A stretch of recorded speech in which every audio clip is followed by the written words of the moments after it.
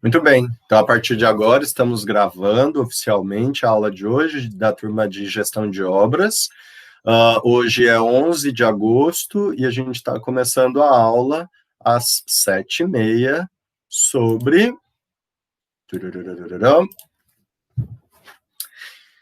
elementos do canteiro. Todo mundo consegue ver a minha tela? Sim, senhor. Tudo certo? Sim. Tranquilo. Dá de ver, sim. Então, vamos lá. Então, a aula de hoje, pessoal, nós vamos fazer um resgate sobre o que a gente tratou na semana passada. Depois, vamos falar das diretrizes da legislação com relação ao canteiro e os elementos do canteiro propriamente dito. Então, vamos fazer um resgate. O que vocês lembram da última aula, pessoal? O que a gente falou? Da organização do canteiro, da disposição dos locais, no caso, que seriam feitos os materiais, Demolição. Da sequência, no início da sequência da obra, no caso, né, do canteiro. A organização do canteiro mesmo. Isso, a gente falou da organização do canteiro, exatamente. O que mais, Everton, que você ia colocar aí? Não, é isso aí que o Thiago falou sobre a disponibilização dos materiais, o fluxo de pessoas trabalhando, como é que a parte de organização num todo, né, na verdade. Isso, perfeito. Nós falamos, então, né, que o canteiro é uma junção, né, dos diversos setores da produção, que são formados, então, por essas células em constante transformação, que vão se adaptando aos espaços e se adaptando às fases da obra, né, que são inicial, intermediária e final. Vocês lembram o que tem em cada uma dessas fases, mais ou menos? Alguém lembra? A inicial, não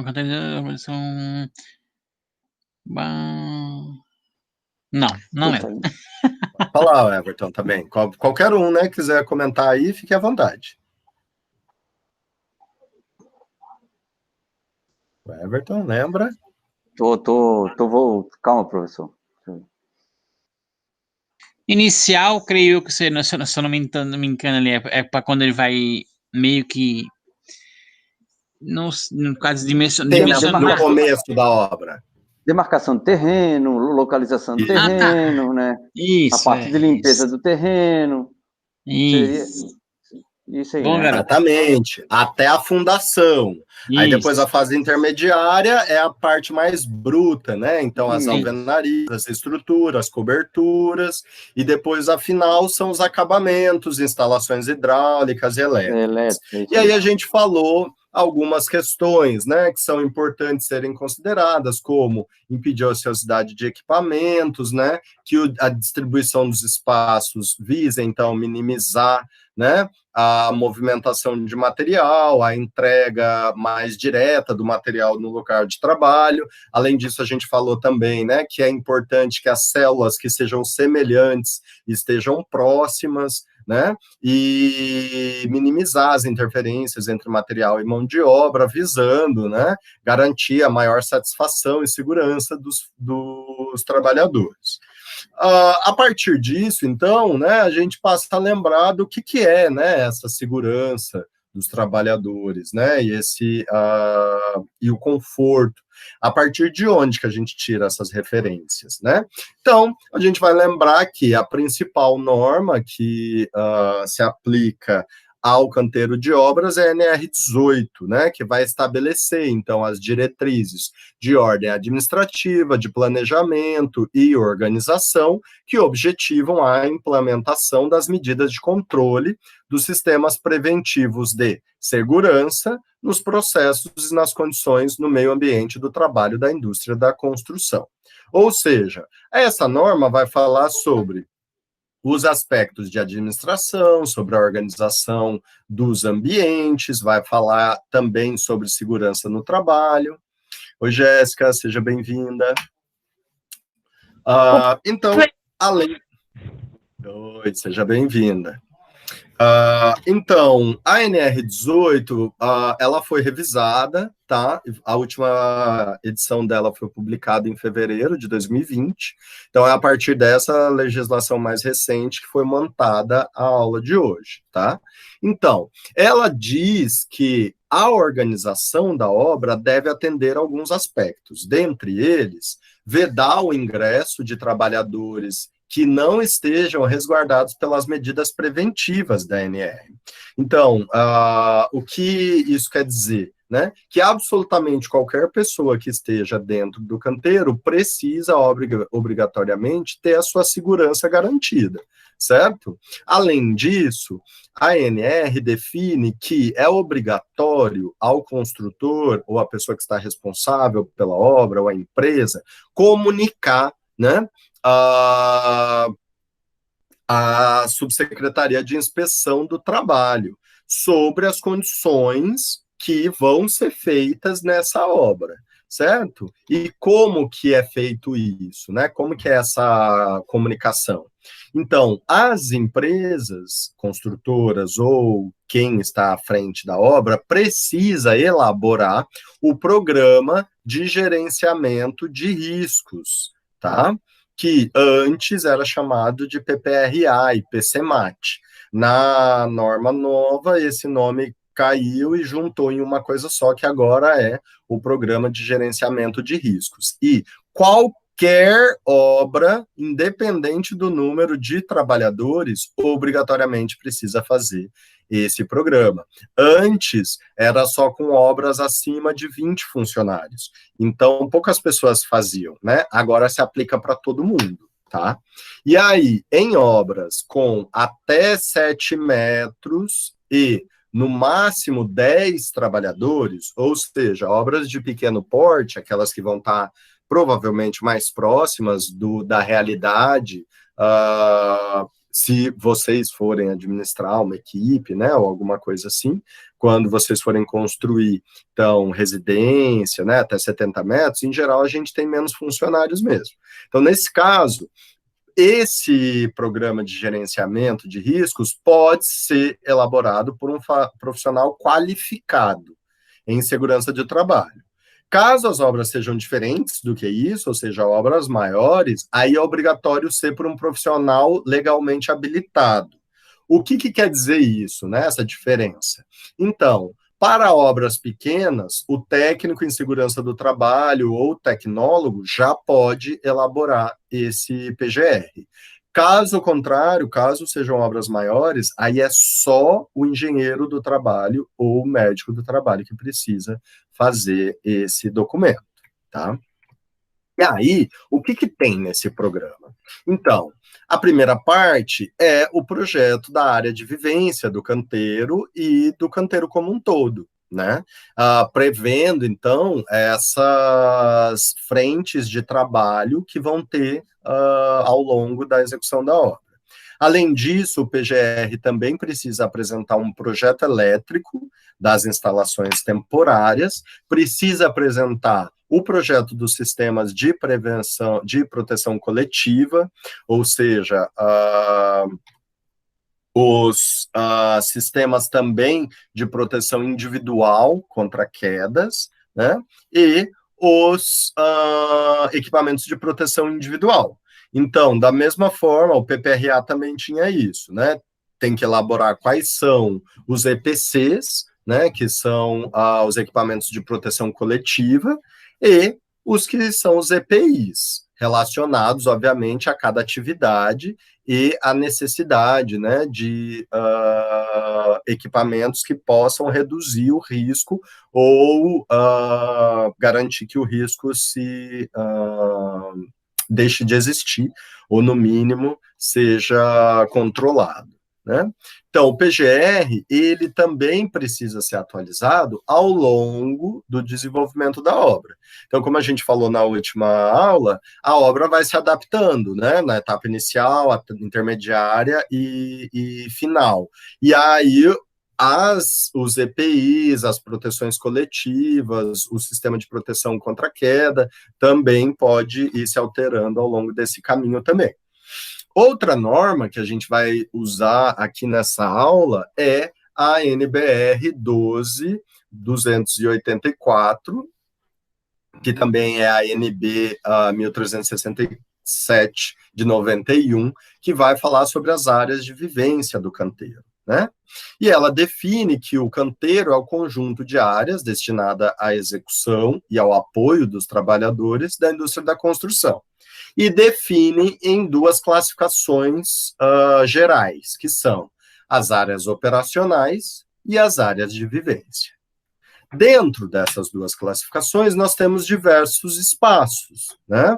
A portaria, escritório, almoxarifados, depósitos, a central de forma, central de montagem, e dentro das áreas de vivência nós temos vestiário, instalações sanitárias, alojamento, refeitório, cozinha, lavanderia, área de lazer e ambulatório. Segundo a norma que eu acabei de citar para vocês, da NBR, ela diz que é indicado ter ambulatório em obras com mais de 50 funcionários. E isso não está previsto na NR 18, certo? Então, segundo o Ministério do Trabalho, não é obrigatório ter ambulatório, apesar de ser obrigatório garantir a segurança e a saúde dos funcionários, tá? Alojamento, lavanderia e área de lazer, a gente vai falar mais para frente. Sobre os elementos do canteiro. Então, a gente vai ver que, dentre essas duas grandes áreas que eu falei para vocês, né, que são as áreas operacionais e as áreas de vivência, para ficar um pouco mais claro a compreensão, a gente dividiu entre áreas ligadas à produção, de apoio à produção e de apoio técnico e administrativo, que seriam áreas operacionais, que estão, então, nessa primeira classificação, e depois as áreas de vivência, certo? Então, a partir de agora, a gente vai entrar em cada uma delas com um pouco mais de profundidade, certo? Antes da gente já ir para o ponto, o que vocês imaginam que sejam as áreas ligadas à produção, pessoal?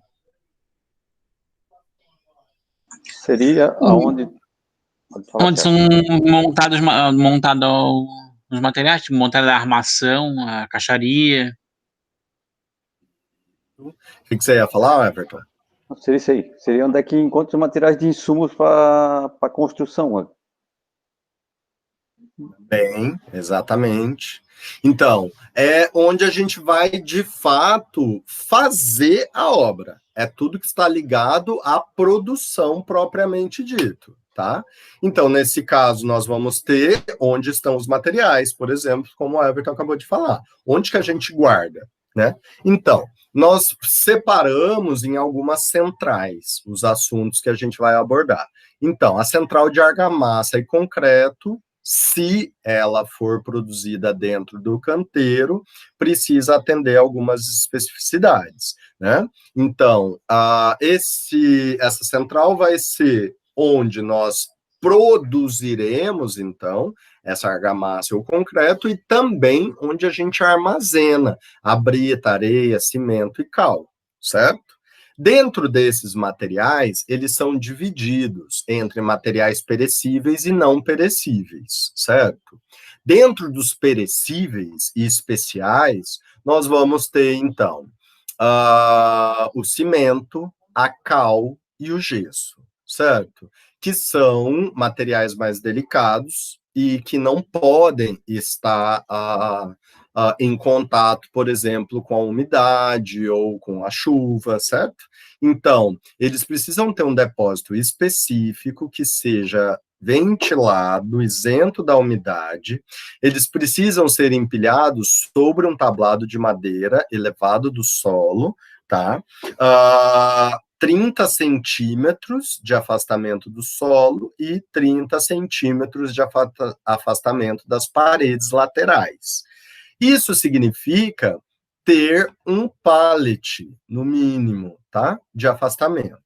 Mesmo que, se a gente vai medir propriamente dito o pallet com uma trena, né, a gente vai ver que ele está ali nos 20 centímetros ou até menos, tá, do que isso. Mas um pallet já se aceita, mesmo que a norma, a NBR, indique, então, que seja esses 30 centímetros, certo? E aí, a norma também vai falar algumas questões relacionadas ao próprio gerenciamento desse recebimento e armazenamento. Então, vamos ver aqui, né, um pouquinho mais de perto o que isso significa, né?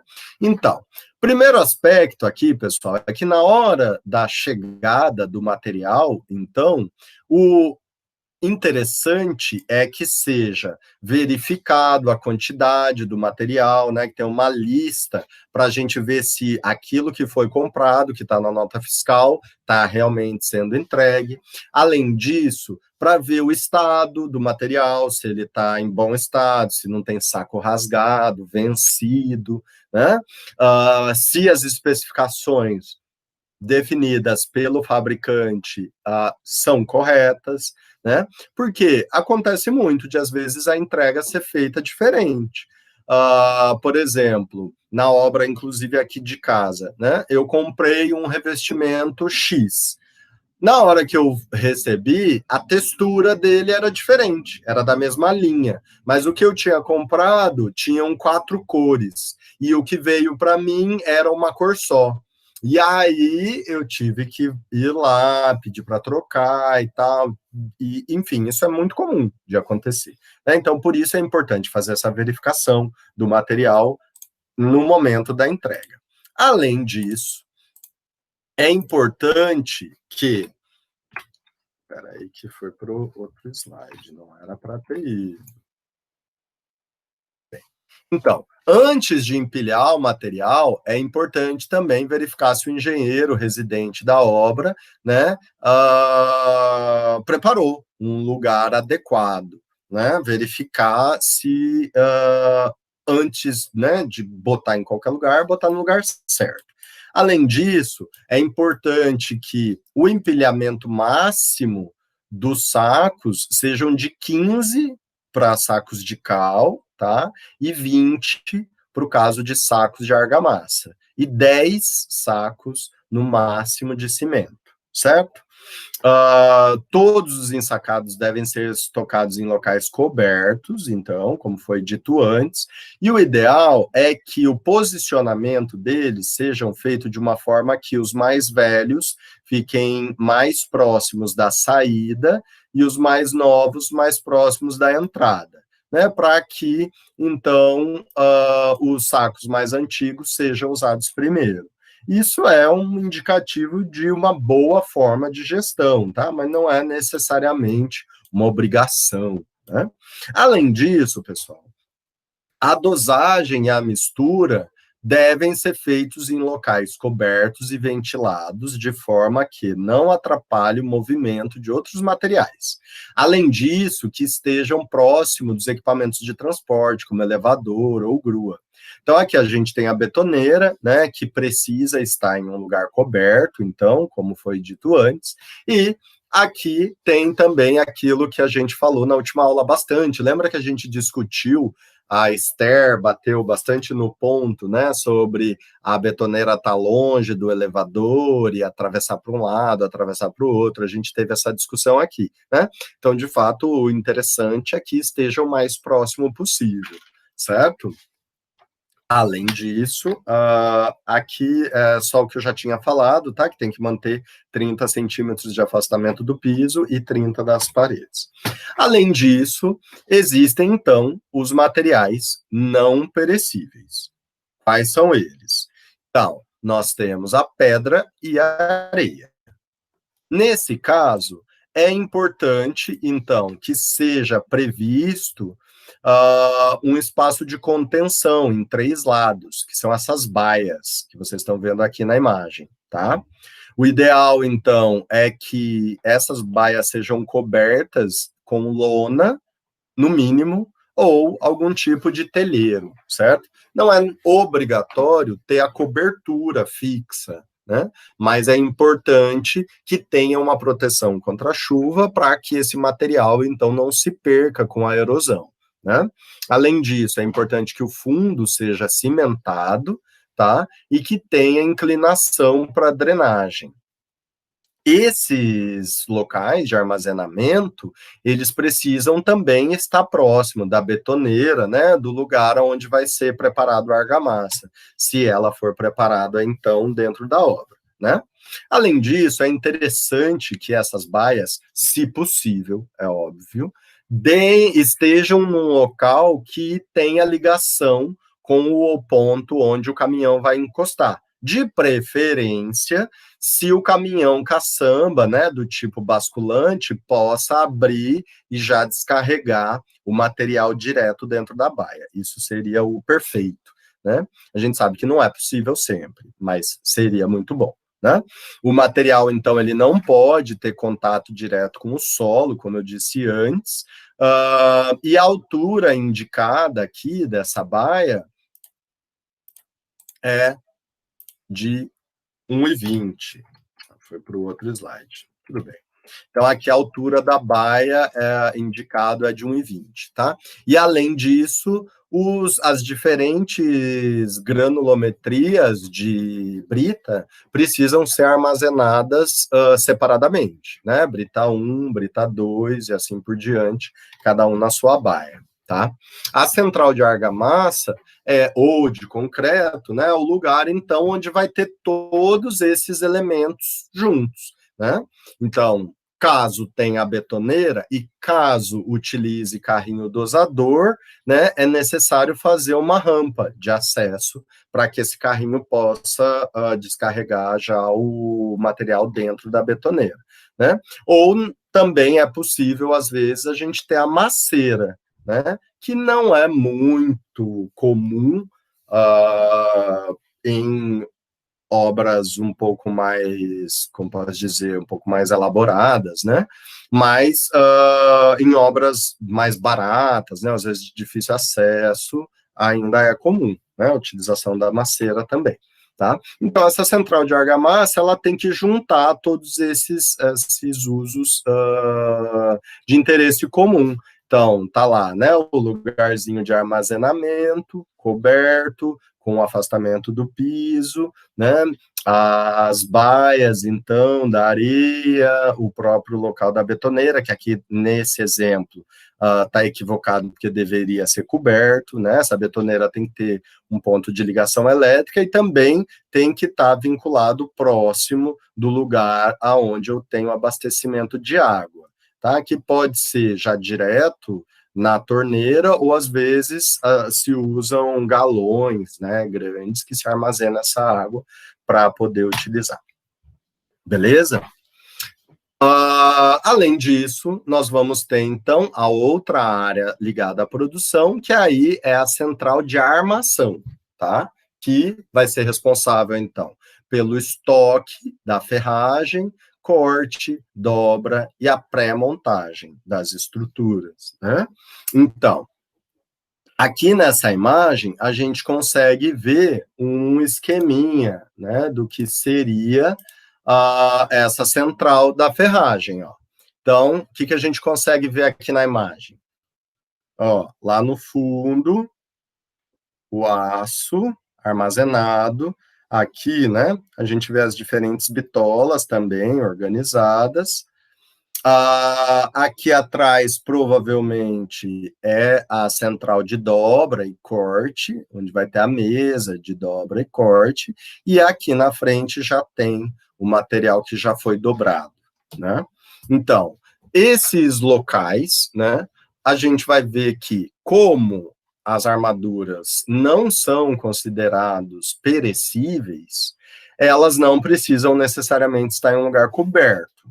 No entanto, é importante que se faça a proteção contra o contato do solo direto, né, para impedir essa umidade direta do solo, e que esse espaço também seja coberto por lona, né, para proteger, então, o aço das intempéries, certo? Um valor médio aqui de área, né, considerado 15 metros por 50 centímetros para cada tonelada, tá? Além disso, nós temos, então, a obrigação da proteção nas esperas de pilares e nas pontas dos vergalhões, tá? Então, quando for feito a construção, é importante, e vai ser mantido, então, as esperas, né? É importante que essas esperas tenham alguma proteção nessa ponta para que, né, nenhuma pessoa se machuque no momento da obra. Esse espaço, então, né, como eu disse antes, o ideal é que ele seja coberto, não é obrigatório para as ferragens, no entanto, para as pessoas, é importante que seja coberto, tá? Porque nesse lugar é onde o funcionário vai estar fazendo muitos exercícios físicos, né? Fazendo essa dobra, o corte e tudo mais. Então, eles fazer isso ainda mais exposto ao sol causa muito mais cansaço e compromete muito mais a saúde, então, desses funcionários, tá? Então, o estoque tem que ficar o mais próximo possível da central de corte e dobra, tá? A pilha de telas deve ter, no máximo, 50 centímetros de altura, certo? E o material deve ser armazenado sobre um estrado de madeira também, com altura mínima, então, de 7 centímetros em relação ao solo, e os vergalhões devem ser agrupados de acordo com a bitola, tá? Cada um na sua.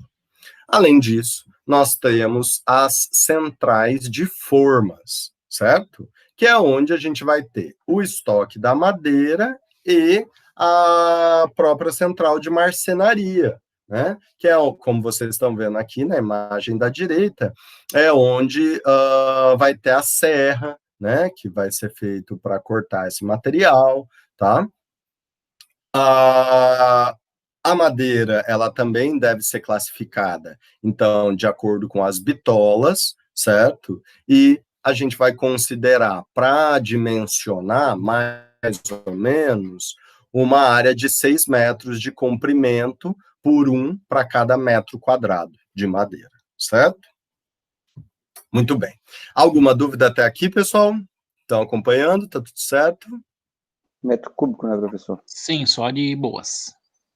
Isso, metro cúbico, Everton, verdade. Muito obrigado. Mas é porque a área de 6 metros, se geralmente a madeira é de 3 metros. Então, porque a gente vai considerar a área mais o espaço de circulação e esse espaço para ter Poder manobrar com a madeira, né? Tá. Isso, esse espaço para o corte ali, para a montagem das formas. É fiscalizado essa forma de armazenamento, como o senhor comentou ali sobre as ferragens, as esteiras, ali, é fiscalizado isso aí? Então, Everton, na verdade, essas definições que eu estou passando para vocês, elas estão contidas na NBR, tá? Que é a norma técnica para os ambientes da construção. A NR18, ela não vai cobrar essas especificidades todas, tá? Certo. Então, tecnicamente, são indicações que a norma brasileira vai dar para que a obra seja o mais adequada possível. Tá, outra coisa, o senhor comentou sobre as proteções que tem ali depois dos ferros, dos aços estão colocados, na verdade, tem a proteção ali contra intempéries, né? E eles também têm a prática do uso daqueles espaçadores também nas caixarias, todos? A NBR não fala sobre os espaçadores. É mais moderno isso aí, mais moderno que a NBR, né? É, porque a NBR é de 91, né? Ah, tá, beleza. tem bastante tempo, mas é interessante que se faça a utilização, sim. Ok. Ok? Beleza. Ela fala do espaçamento mínimo do concreto, mas não como deve ser feito, né? Isso, Ó, tem exatamente. um gato lá atrás, pega e mata. É a sorte que vou matar ela, tá louco? Elas entraram aqui agora, estão as duas aqui passeando pelo quarto. Muito bem. E aí, então, nós temos as áreas de produção e temos as áreas de apoio à produção, certo? Essas áreas, então, são as que vão dar suporte, né? O almoxarifado, a oficina de manutenção, a área isolada para armazenamento do combustível, para estoque de blocos de alvenaria, estoque de tintas, tubos, conexões e assim por diante. Então, vamos falar um pouco sobre elas. Esses elementos, então, eles também vão ser divididos entre perecíveis especiais e materiais de acabamento, certo? Então, nós temos numa primeira parte as tintas, fiação, canalização, né? Que são materiais caros e que, se não forem armazenados corretamente, eles podem se deteriorar, certo? Então, o ideal é que a gente sempre tenha um espaço de almoxarifado onde esses materiais estejam, então, armazenados, como a gente vê aqui na imagem, classificados pelos pelas suas dimensões e os usos, para que na hora da utilização seja mais fácil de encontrá-los, né, e que a gente tenha um controle também, né, de preferência um funcionário que possa fazer esse registro de material que está entrando e que está saindo, certo? Pode falar, Everton. Sobre esse armazenamento aqui, que o senhor está falando, esse apoio aqui de produção, esses materiais aí, né, tintas, fiação, ali os azulejos, né, que nós vamos chegar depois, o senhor vai comentar, seria mais para a etapa final da obra, né? Isso. Na verdade, então, era muito bem colocado, eu vou pegar o seu gancho para contar que esses armazenamentos, eles vão se alterar ao longo de cada etapa da obra. Então, nas primeiras etapas, nós vamos ter uma necessidade de armazenar X quantidade de produto, né, de tubulação, fiação e assim por diante. Mais para frente, esses produtos já não têm necessidade, e aí esse local de armazenamento pode ser utilizado para armazenar, aí sim, as peças de acabamento, sanitários e assim por diante. Eles também, esses espaços, podem ser adaptados, muitas vezes, aos espaços da própria construção. Então, como eu disse para vocês, né, semana passada, às vezes quando a gente tem obras, por exemplo, de vários andares, pode ser que o térreo vire um espaço para o canteiro. E aí ele pode ser transformado em almoxarifado ou depósito para materiais, certo? E esse depósito, então, como eu disse, pode ir se alterando ao longo da necessidade da existência desses materiais, certo? Além disso, eu não sei se eu respondi a sua pergunta, Everton, era isso? Isso mesmo, professor, isso mesmo. Né? Tá, ok. Ok, valeu.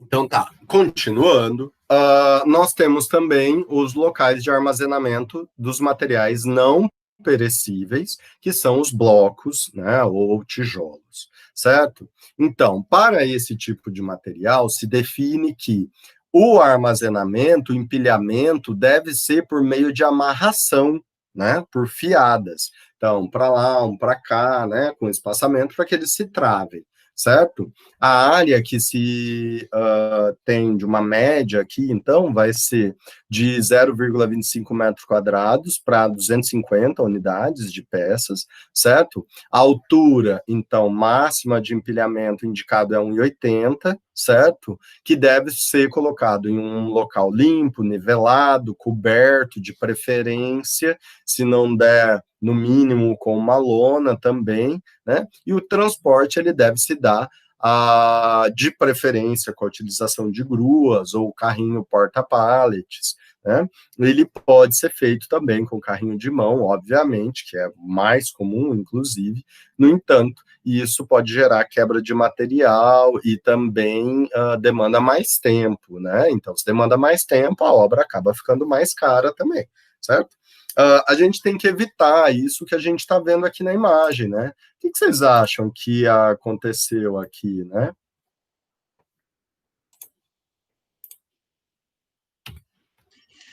Foi mal empilhado. Mal empilhado. E bateu um ventinho. Um ventinho só, será que já derrubaria isso?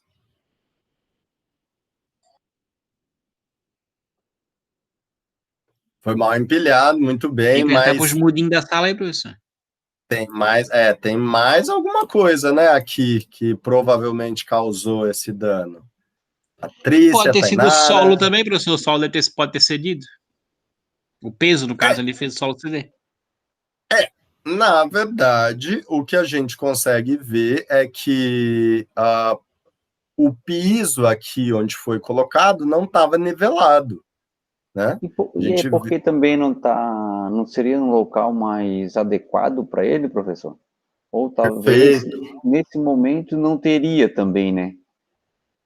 Como é um material não perecível, talvez eu acharam esse local mais adequado. Depois, com o tempo, foi piorando a situação.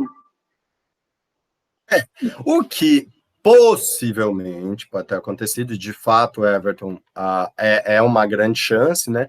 Aquela coisa de, não, vamos deixar aqui, depois a gente leva para o lugar. E isso já é um equívoco, né? Porque a gente consegue ver que ele está onde, o material? Onde está o tapume? Então, ou seja, o material está para fora do tapume, né? Está colocado na calçada. Então, esse é um dos equívocos mais graves e mais comuns também. Mas a gente não pode ter armazenamento do lado de fora. Não pode descarregar o produto do lado de fora. Tem que descarregar já dentro da obra, tá? Porque o espaço público não pode ser utilizado para armazenamento de material de nenhuma forma. Além disso, pode falar, essas empresas maiores, será que eles têm contrato com essas, tipo um exemplo que a gente está falando, tijolo, olaria, né? Eu preciso nessa uma obra que eu vou fazer que vou gastar 30 mil tijolos, né? Aí ele faz um contrato, o que é? Eu uso a quantidade que eu acho necessário. Se caso eu não precisar, eles têm como recolher. Será que acontece isso também na prática ou não?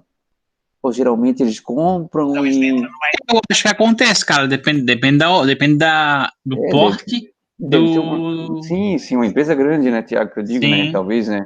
Mas creio que aconteça, pode acontecer, sim. Realmente, Everton, é comum que a gente tenha a compra do material não completo, mas pode ser que aconteçam essas parcerias, né? Às vezes a obra é muito grande, né? E aí já fecha com um fornecedor só, já vem um caminhão, ou às vezes até mais, né? Que são contratados, e aí eles vão sendo feitas entregas à medida da necessidade e da evolução da obra, né? E essas empresas...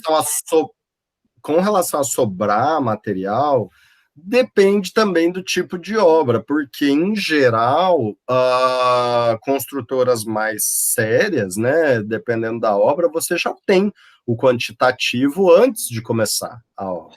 Então, essa variância não é muito grande, né? Mas, de fato, é possível que existam essas parcerias, assim, para devolver material, mas não é muito comum, não é muito comum.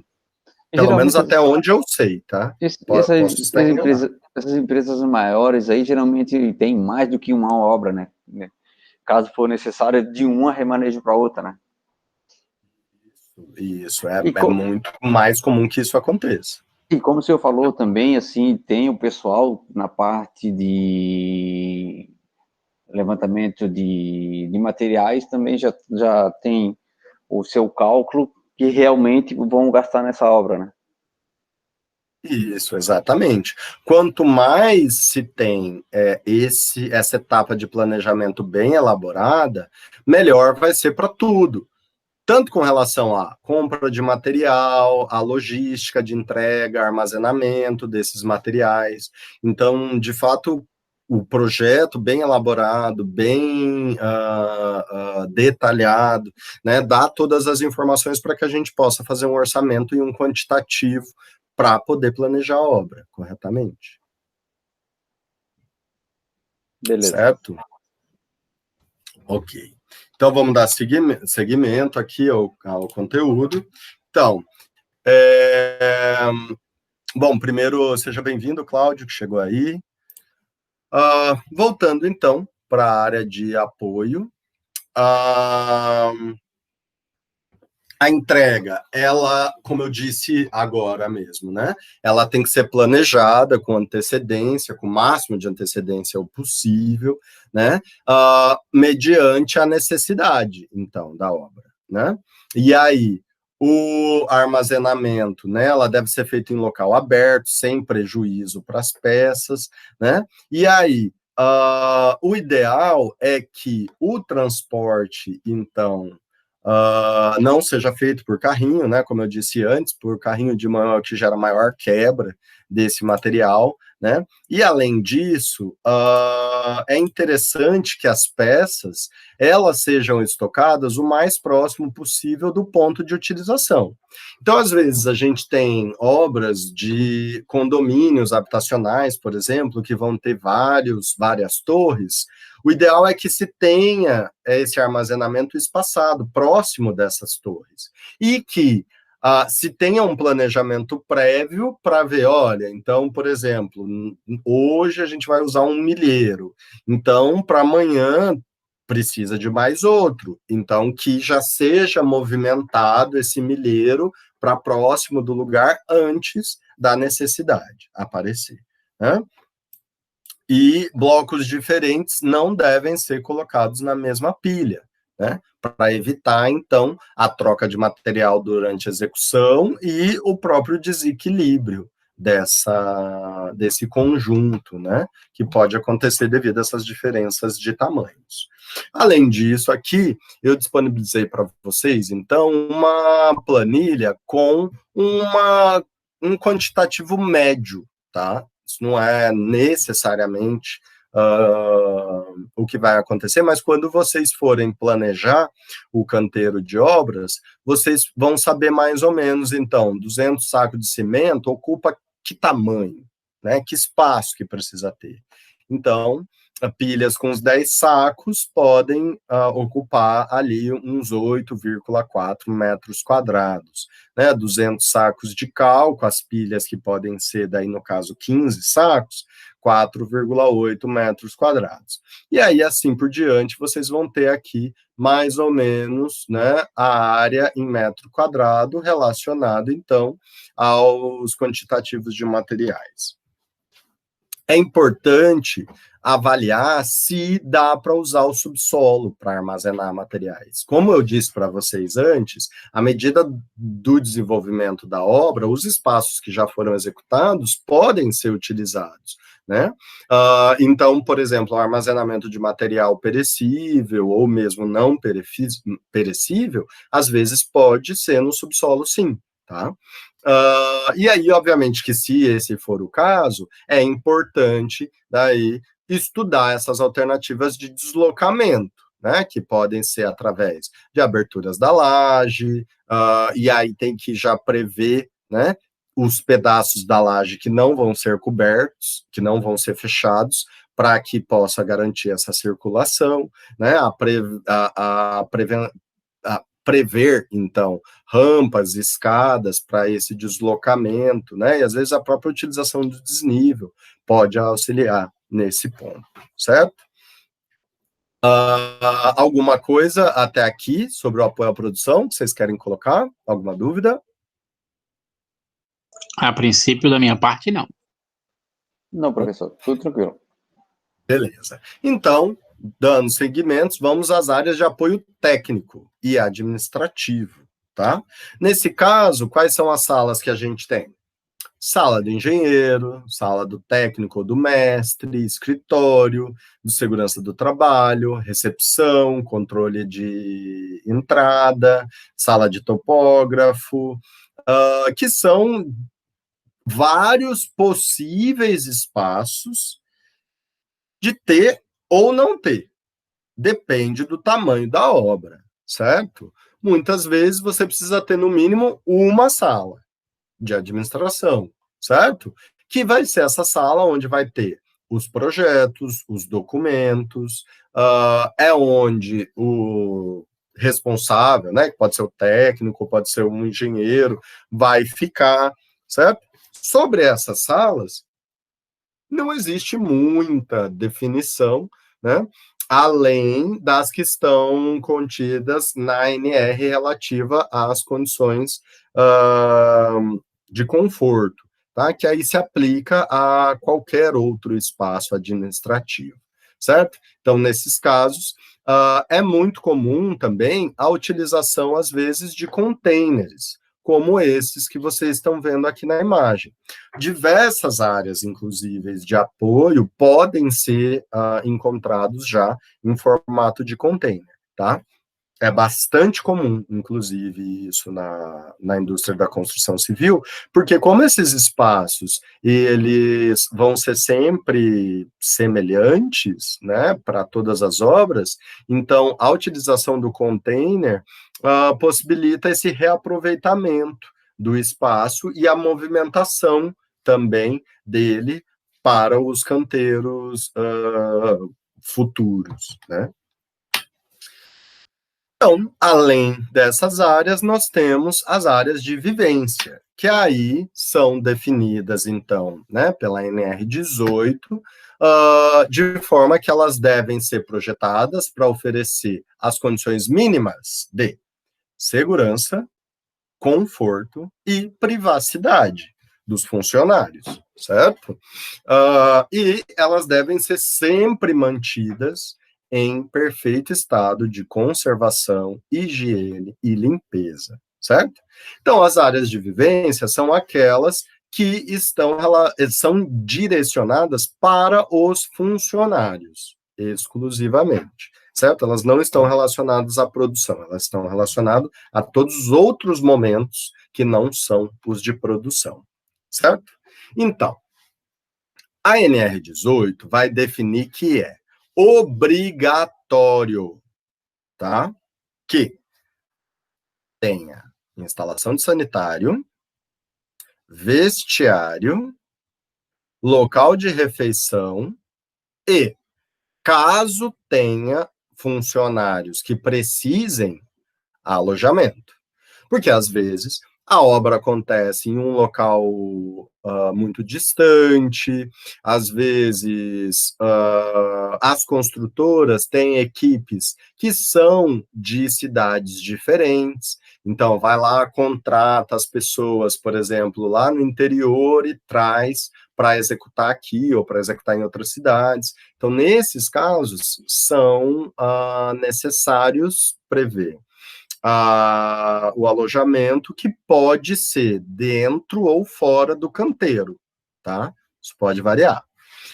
Caso exista alojamento, então é obrigatório haver no canteiro, além do que está aqui em cima, cozinha, quando houver o preparo das refeições, lavanderia, que pode existir, ou a construtora pode se responsabilizar por levar, né, o material, as roupas para lavar em outro lugar, e área de lazer, certo?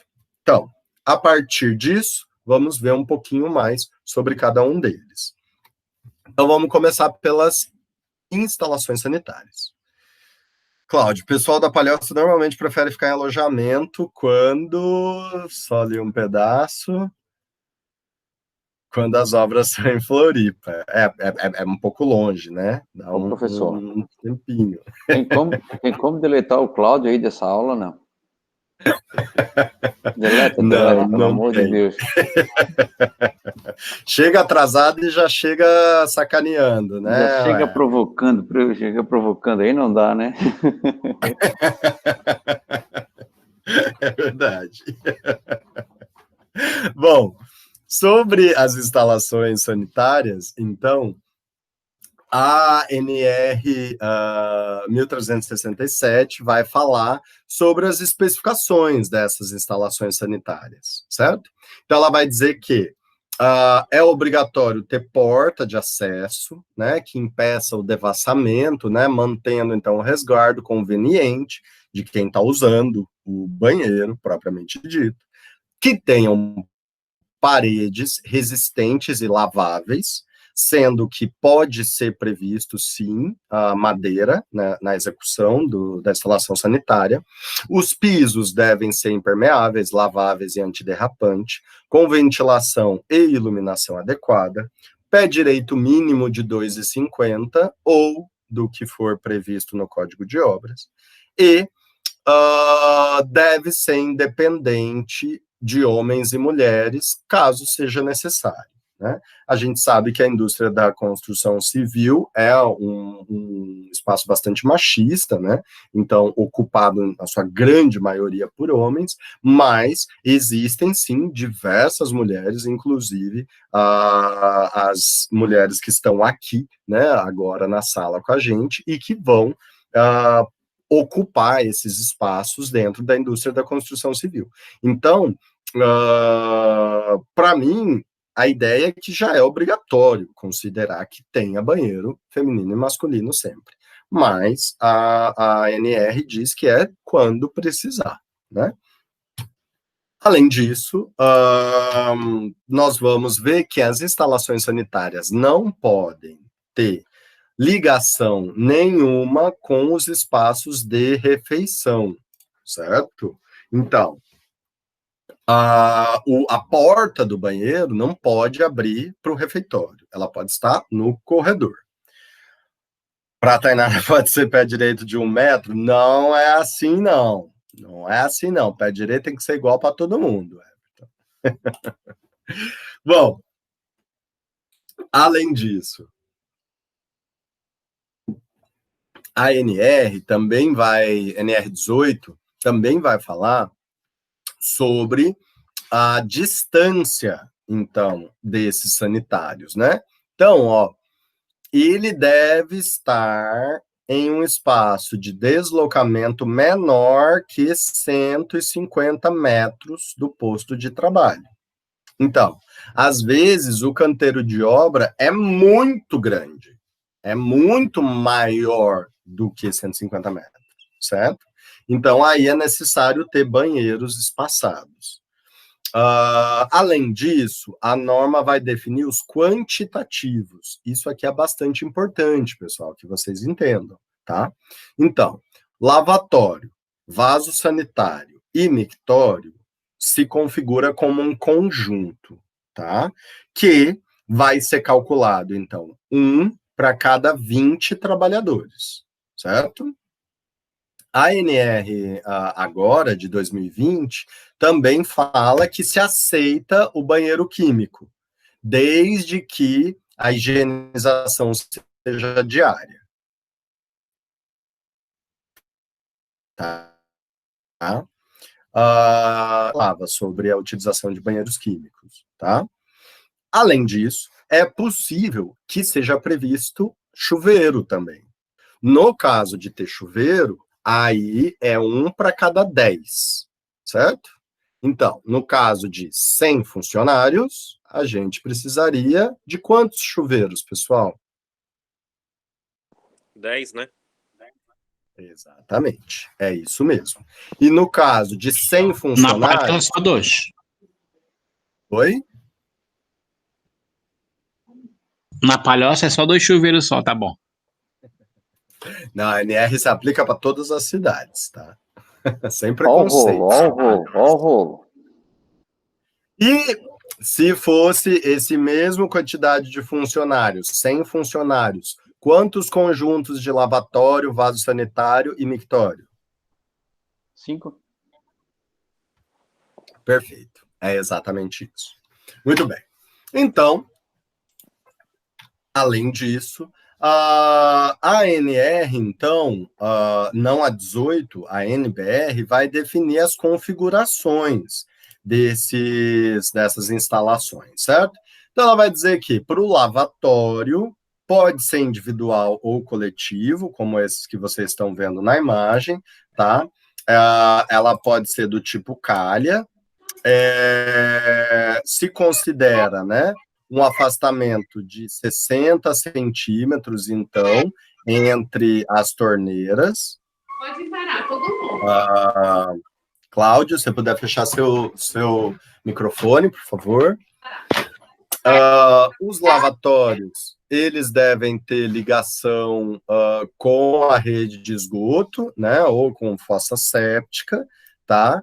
A altura do lavatório indicado é 90 centímetros, o revestimento interno deve ser liso, impermeável, tá? E deve ser previsto lixeira próximo desse lavatório, tá?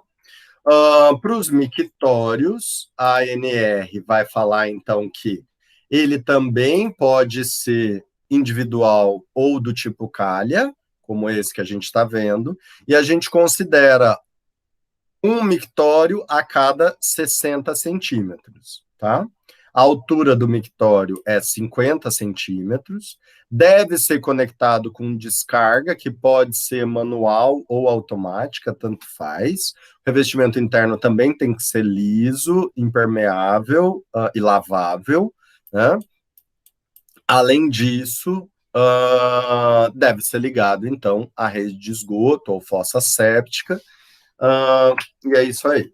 Os vasos sanitários, então, a ANR vai dizer que o gabinete individual, então, tem que ter porta, como eu disse antes, tem que ter papeleira e lixeira, se considera 1 metro quadrado de área, no mínimo, tá? Para esse espaço da cabine, né?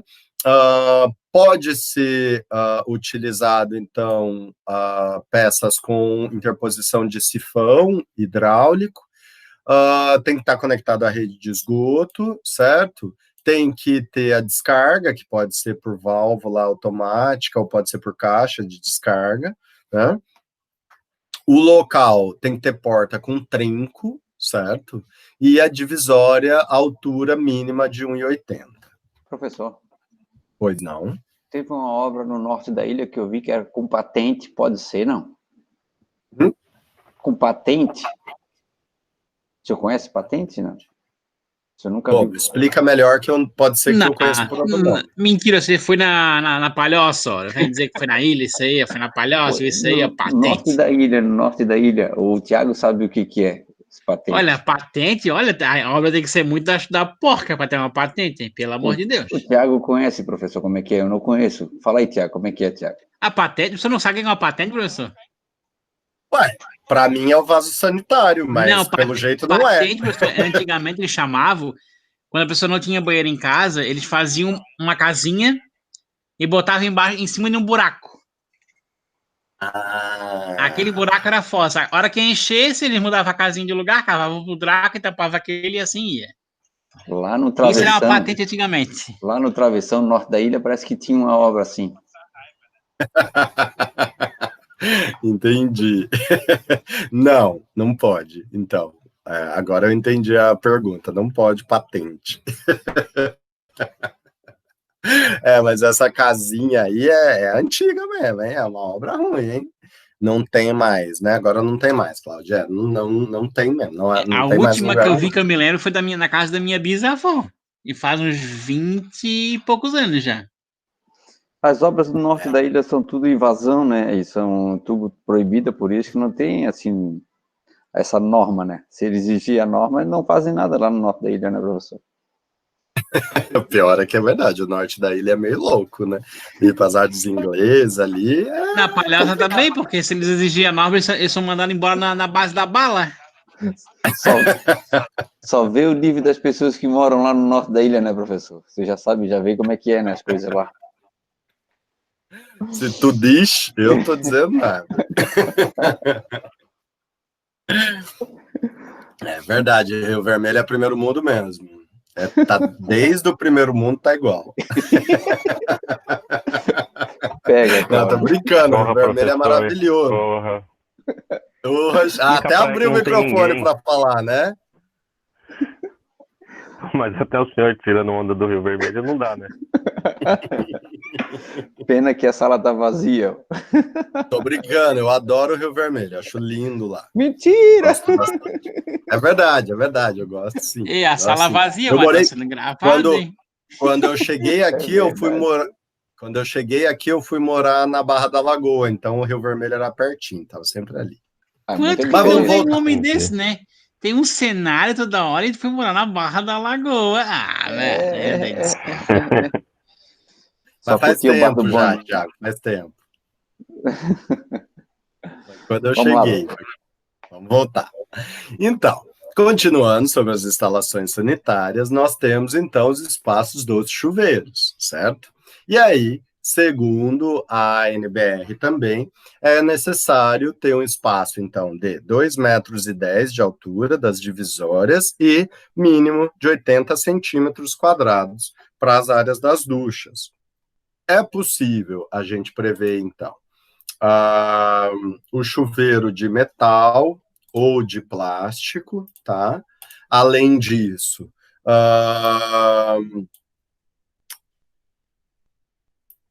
isso eu já falei. A área, então, do chuveiro tem que ter caimento para assegurar, então, o escoamento da água, certo?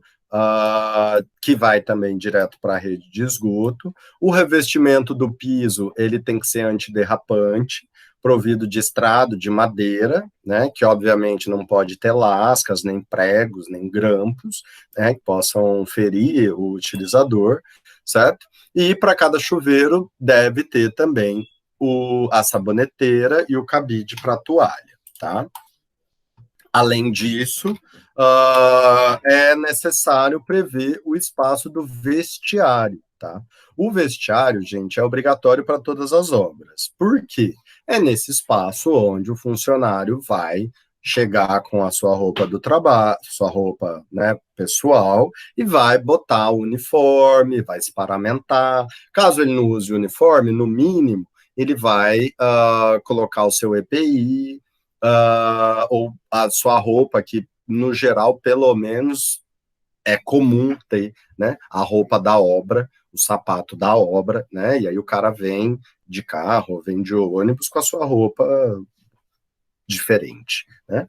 Então, é interessante que esse vestiário esteja alocado próximo da entrada, o mais direto possível, né, para que o funcionário não fique andando pela obra sem EPI, e também, segundo a ANR, então, precisa ter a parede de alvenaria, madeira ou equivalente, piso também, né, que pode ser concreto, cimento ou qualquer outro tipo, precisa ser coberto, né, e precisa ser garantido, então, uma área de ventilação de 1/10 da área do piso, a área de iluminação, que pode ser natural ou artificial, e o pé direito mínimo de 2,50, ou o que o Código de Obras da cidade especificar.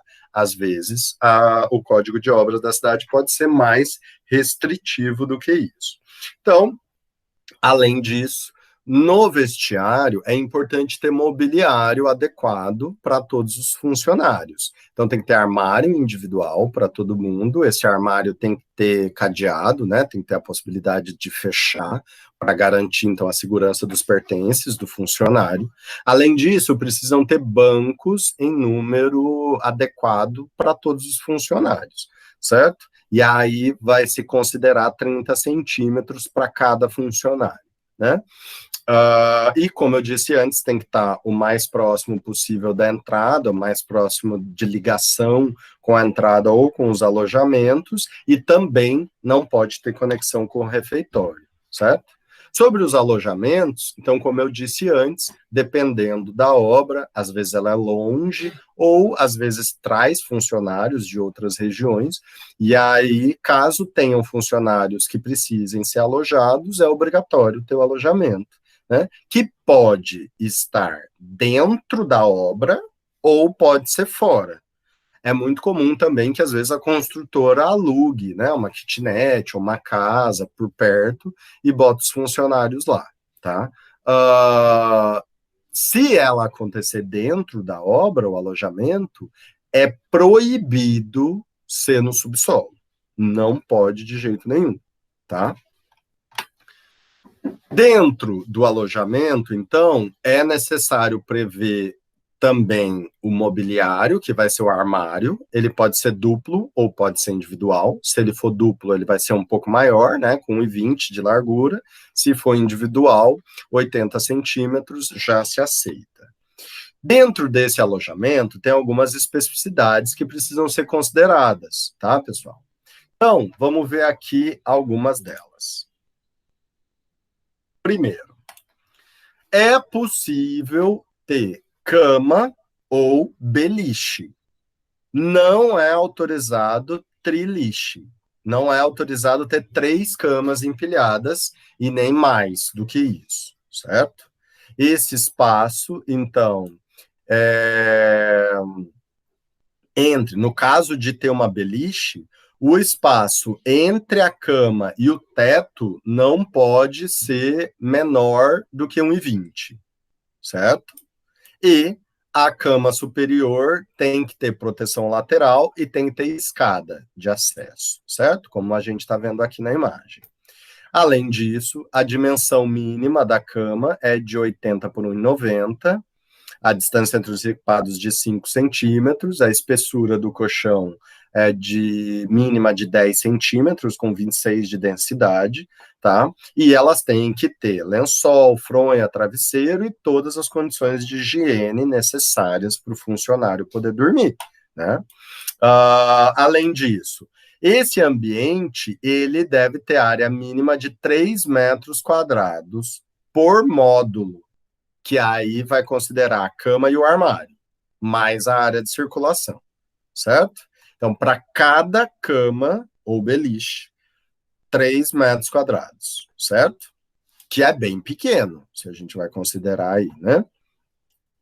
Além disso, para os quartos com cama simples, o pé direito é 2,5. Para beliche, o mínimo é 3 metros de pé direito. Beleza? Além disso, as paredes, então, devem ser de alvenaria, ou de madeira, ou de material equivalente, e o piso, como eu disse antes também, né? Pode ser de concreto, de cimento, ou de algum outro material que seja semelhante a isso, certo? Além disso, relacionado ainda ao alojamento, pessoal, é obrigatório, então, ter cobertura e ter área de ventilação e iluminação, tá? Sendo que a ventilação, como eu disse antes, é 1/10 da área do piso, tá? Não pode ser em subsolo, também já falei sobre isso. E sobre a água, tá? É obrigatório, então, fornecer água potável, filtrada e fresca, certo? E aí se considera que para cada 25 trabalhadores é preciso ter um bebedouro, certo? E aí esse bebedouro pode ser com jato, aquele que é ligado direto na rede, ou ele pode ser por galão. Além disso, nós temos os locais de refeição. Também são obrigatórios para qualquer obra. Precisa ter o refeitório. Aliás, vou refazer a minha frase. Precisa ter o local para a refeição. Pode ser o refeitório, ou às vezes a empresa pode fazer algum tipo de parceria com algum restaurante e levar os funcionários para lá. Eu trabalhei em algumas construtoras que faziam dessa maneira. Então, a refeição era num restaurante perto ali. Aí pegava todos os funcionários, levava até lá, fazia almoço, voltava, beleza. Tá certo. Além disso, então, esses... Isso, acho que tinha mais alguma coisa aqui.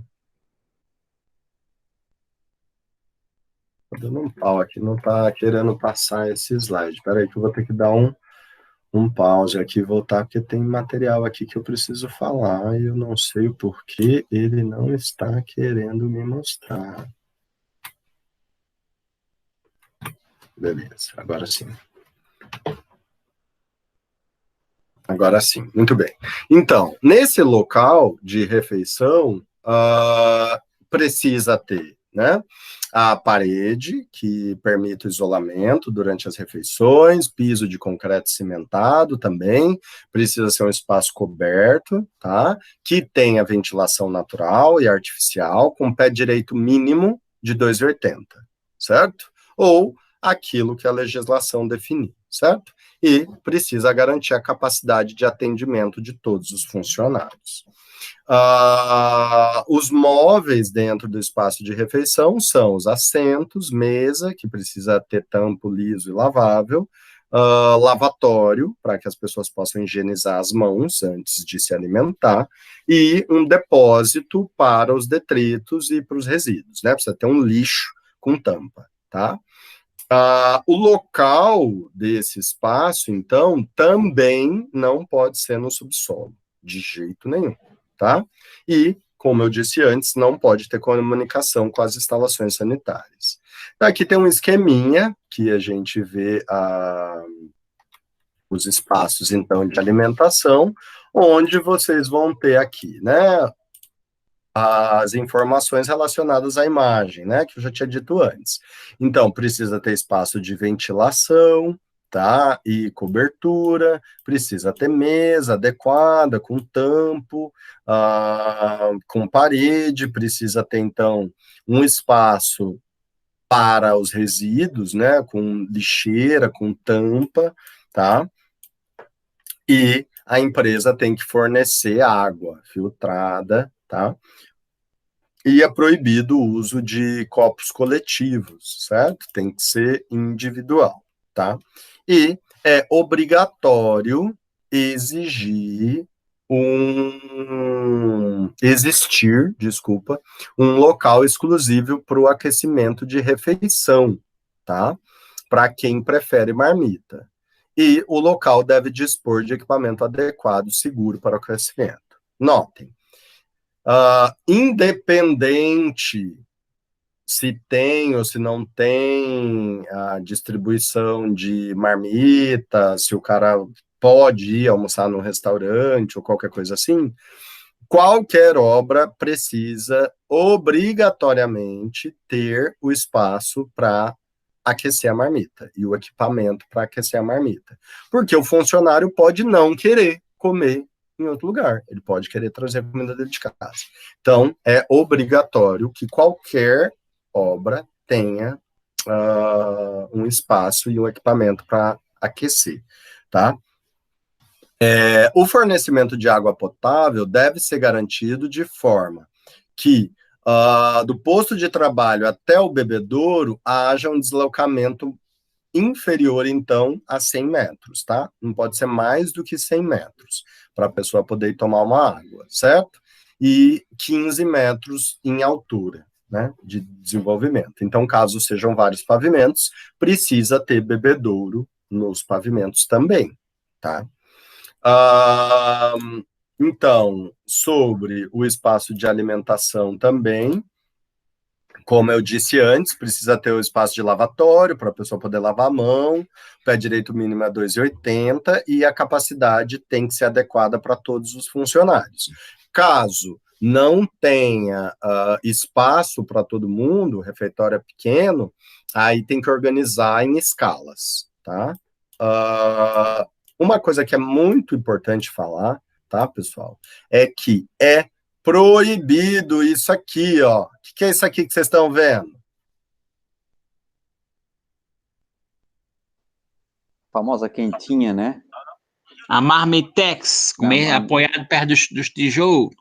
Isso, Comer fora do esquentado local onde? adequado, no caso. Se alimentar fora do local adequado, no caso.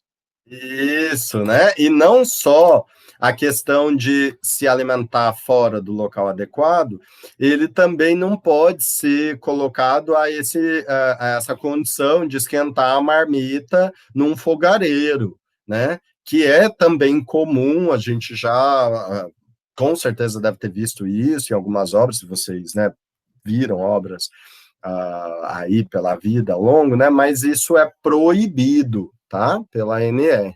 não pode se alimentar fora do lugar adequado e não pode colocar o funcionário em risco. Porque esses fogareiros, que às vezes são feitos numa lata, com álcool, com gasolina, pode botar em risco a vida do funcionário, tá? Então isso é bastante sério. Além disso, nós vamos falar também sobre a cozinha, né? Que no caso de alojamento ou no caso de um local, uma obra que tenha a preparação de alimento, é obrigatório ter a cozinha, tá? E a cozinha precisa ter ventilação natural e ou artificial, pé direito de 2,80, parede também alvenaria, concreto, ou madeira, ou material equivalente, piso também, concreto, cimento, ou material equivalente, precisa ter cobertura e iluminação. Do mobiliário, é necessário, então, prever, né, a pia, para lavar alimentos e os utensílios, o equipamento de refrigeração, que pode ser uma geladeira, um freezer, um frigobar, né, e recipiente com tampa para coleta de lixo, né. Se tiver gás, GLP, o botijão tem que ser instalado para fora, né, desse espaço. Além disso, precisa ter instalação elétrica adequada, e da mesma forma, não pode ter conexão direta com as instalações sanitárias e, de preferência, que essa cozinha esteja próximo do refeitório, certo? No caso de ter alojamento também, então, dentro do canteiro, é necessário prever o espaço da lavanderia, tá? Essa lavanderia pode ou não ser dentro do canteiro também, tá? Se for ser executada dentro do canteiro, precisa ser em espaço coberto, ventilado, iluminado, né? Precisa ter um espaço para passar roupa, tá? Ou a empresa pode fornecer serviço de terceiros, né? Então ela pega a roupa das pessoas que estão alojadas, leva para uma lavanderia e depois traz de volta, tá?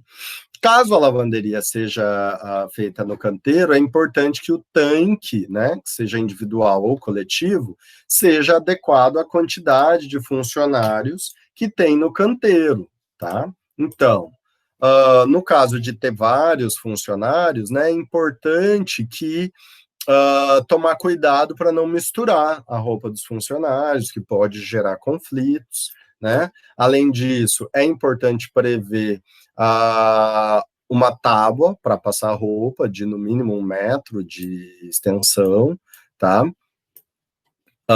E precisa, então, ter espaço ventilado, né, para que, iluminado, para que possa secar a roupa desses funcionários que estão alojados na obra. Tá? E quando tem alojamento também, e tendo ou não, olha quem chegou. Oi, Esther, seja bem-vinda. Então, oi, Esther, seja bem-vinda. Essas áreas de lazer, então, elas podem ser previstas ou não dentro do alojamento, tá? E no canteiro, ela pode ser, pode acontecer no local de refeição, tá? É o que geralmente acontece. As pessoas, os construtores dizem que a área de lazer já é a área de alojamento mesmo, a área de refeição mesmo, tá?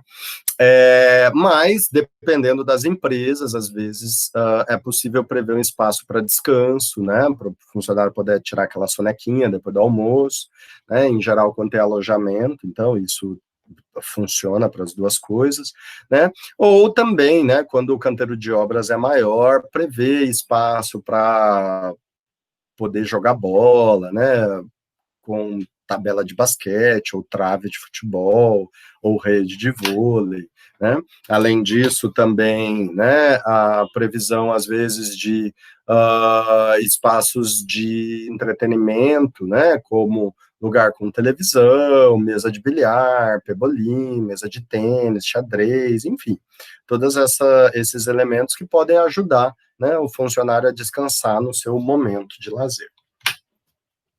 A NR18 atualizada também afirma que é proibido reutilizar contêineres utilizados para transporte de carga. Então, para as áreas de vivência, tá? Então, é muito comum, eu disse antes, né, no início da aula, que essas áreas de vivência, como elas são padronizadas, e elas vão ser necessárias em todas as obras, às vezes tem o container, que aí bota no lugar ali, já funciona, faz a obra, acabou, leva para o outro. Mas a ANR deixa bem claro que não pode ser reaproveitado, então, desses containers de carga. Tem que ser um container específico para isso, tá? Que são esses que a gente está vendo aí na imagem no fundo, tá?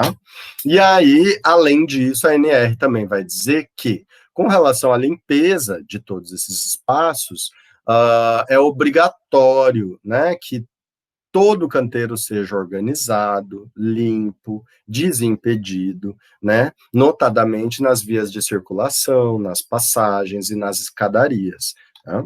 Além disso, que a remoção dos entulhos e das sobras dos materiais precisam ser feitos por equipamentos adequados ou por calhas, de forma que não fiquem atrapalhando a obra, né? E que, além disso, é proibido manter no canteiro resíduos orgânicos acumulados, né? Ou expostos em locais inadequados, certo? Assim como também é proibido a queima desses resíduos. Eles devem ser destinados para o local adequado. Então, por hoje é isso. Muito obrigado. Quero saber se alguém tem alguma dúvida, senão a gente fica por aqui. Alguma dúvida, pessoal? Alguém quer colocar alguma coisa? A princípio, não. Ô, Rafael, esse material tu vai colocar no Cigar? Tá, desculpa que eu entrei agora, eu tô na frente do computador esperando o link da Andréa. Por que você precisa do link da Andréa? Porque eu pensei que ia na aula dela. Eu achei que tava acompanhando e esperando, até mandei um WhatsApp para ela, perguntando se ela não ia mandar o link, eu achando que hoje era quarta. Entendeu? Não, se confundiu, hoje é terça, mulher. Me confundi, mas eu leio a matéria daí, tudo bem, tá? Tá bom, então hoje é isso, pessoal, muito obrigado. Eu vou encerrar a gravação e